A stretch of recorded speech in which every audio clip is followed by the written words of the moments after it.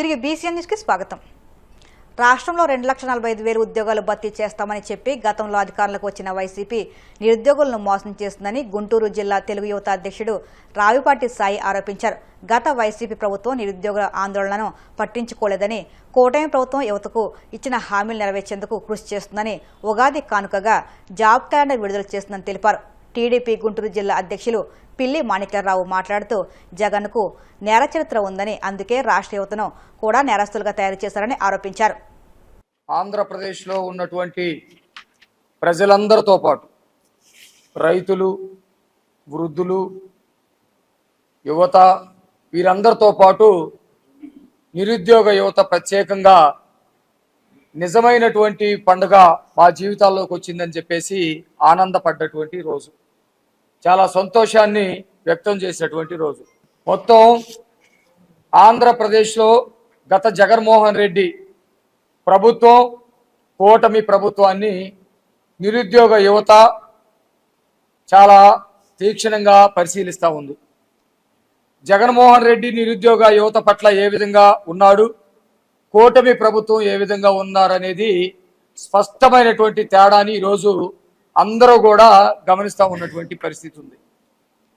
జగన్మోహన్ రెడ్డి నేరస్తుడు కాబట్టి నేరగాళ్ళని తయారు చేశాడు, నేరగాళ్ళలాగా తయారు చేశాడు ఆంధ్రప్రదేశ్ యువతని. చంద్రబాబు నాయుడు గారు విజన్ ఉన్నటువంటి నాయకుడు కాబట్టి యువతకి ఉద్యోగాలు కల్పించి భవిష్యత్తు పట్ల భరోసానిచ్చాడు, భవిష్యత్తు పట్ల వాళ్ళకి ఒక ఆశాభావాన్ని సృష్టించాడు. ఈ రెండు కూడా చాలా స్పష్టంగా కనపడతా ఉన్నాయి. అలాగే గోపి గారు ఆంధ్రప్రదేశ్ నిరుద్యోగ జేఏసీ నుంచి వచ్చారు.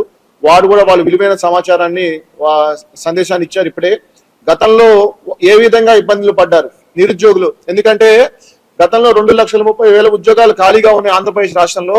అధికారంలోకి వచ్చిన వెంటనే భర్తీ చేస్తామన్న జగన్మోహన్ రెడ్డి గారు 2019 తర్వాత అఖండ మెజారిటీతో అధికారంలోకి వచ్చిన తర్వాత కూడా ఆ జాబ్ క్యాలెండర్ రిలీజ్ చేస్తామని ఏ విధంగా అయితే యువతకు దొంగ హామీలు ఇచ్చారో ఆ హామీలు నెరవేర్చకుండా ప్రతి సంవత్సరం కూడా ఖాళీ జాబ్ క్యాలెండర్ ఎగతాళి చేస్తూ ఉండేది.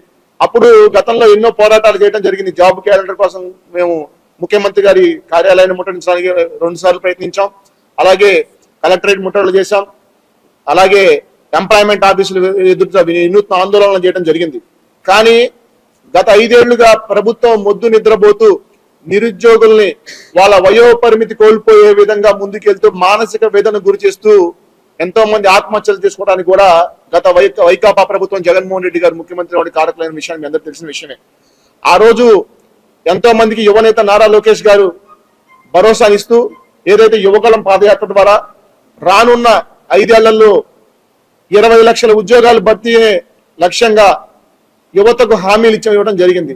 ఆ హామీలు నెరవేర్చేందుకు గత 20 నెలల కాలంలో కూటమి ప్రభుత్వంలో ముఖ్యమంత్రి వర్యులు చంద్రబాబు నాయుడు గారు, యువనేత నారా లోకేష్ గారు, డిప్యూటీ సీఎం పవన్ కళ్యాణ్ గారు యువతకి ఇచ్చిన హామీలు నెరవేర్చేందుకు అహర్నిశలు పెట్టుబడులు కల్పనే లక్ష్యంగా, పరిశ్రమల స్థాపనే ధ్యేయంగా ఎంతో మందికి ఉద్యోగాలు కల్పించి ఇక్కడ చదువుకున్న యువత.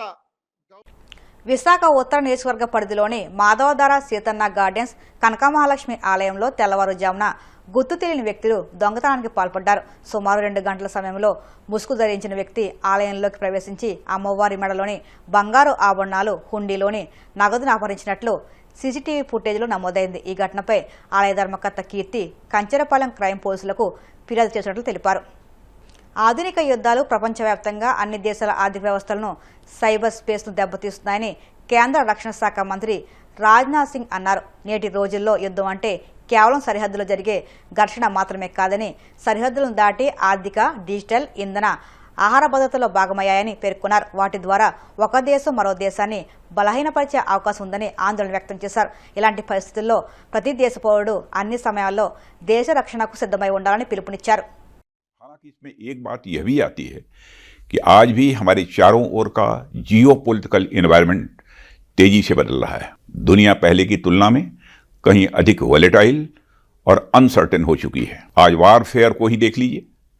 पहले युद्ध केवल बॉर्डर्स तक सीमित होते थे, जहां सैनिक आमने सामने होते थे, लेकिन आज वारफेयर का नेचर पूरी तरह बदल चुका है। आज का युद्ध बियॉन्ड द बॉर्डर चला गया है। आज के वारफेयर में इकोनॉमिक वारफेयर के माध्यम से देशों को कमजोर किया जाता है। साइबर वारफेयर के जरिए बिना एक भी गोली चलाए पूरे सिस्टम को प्रभावित किया जा सकता है। स्पेस डोमेन में भी प्रतिस्पर्धा और सुरक्षा एक बड़ा विषय बन चुका है। और सबसे महत्वपूर्ण बात यह है कि आज इंफॉर्मेशन वारफेयर का दौर है, जहां नैरेटिव को कंट्रोल करना भी वारफेयर का इंपॉर्टेंट पार्ट बन चुका है। ऐसे में नेशनल सिक्योरिटी की परिभाषा भी बदल चुकी है। अब यह केवल बॉर्डर्स की सुरक्षा तक सीमित नहीं है। आज इसमें economic security, digital security, energy security और यहाँ तक कि फूड सिक्योरिटी भी शामिल हो चुकी है। इसलिए आज आवश्यकता केवल एक मजबूत सेना की नहीं है, बल्कि एक प्रिपेयर्ड सोसाइटी की है। ऐसे नागरिकों की जो हर परिस्थिति में अपने राष्ट्र के साथ खड़े रह सकें। मैं आप सभी बच्चों से भी कहना चाहता हूं कि be prepared, always be prepared. हर स्थिति के लिए आप तैयार रहिए।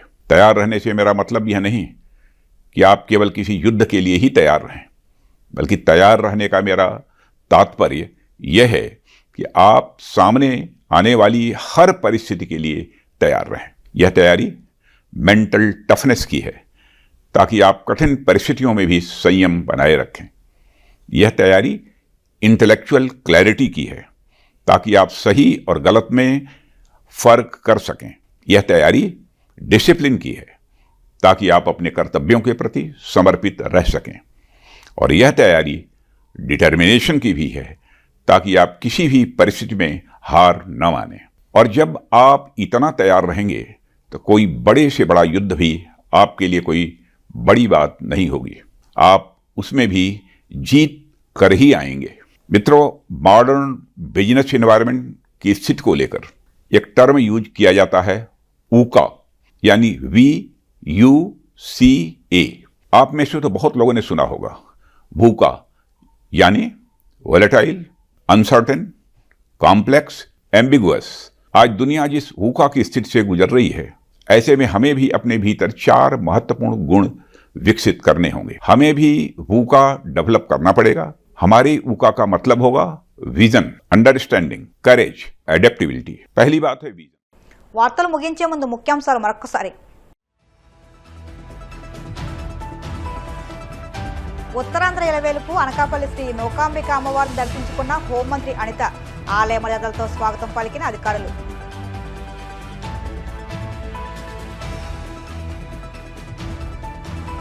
జగన్ పాలనలో సుమారు 300 దేవాలయాలపై దాడులు జరిగాయన్న రాష్ట్ర బ్రాహ్మణ కార్పొరేషన్ చైర్మన్ బుచ్చిరాం ప్రసాద్. పరమ పవిత్రమైన లడ్డు ప్రసాదాన్ని కల్తీ చేశారని ఆరోపణ.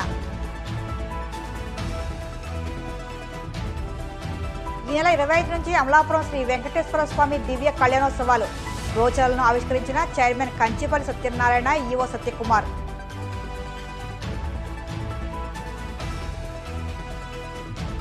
ఆధునిక యుద్ధాలు ఆర్థిక వ్యవస్థను దెబ్బతీస్తున్నాయన్న రాజ్నాథ్ సింగ్.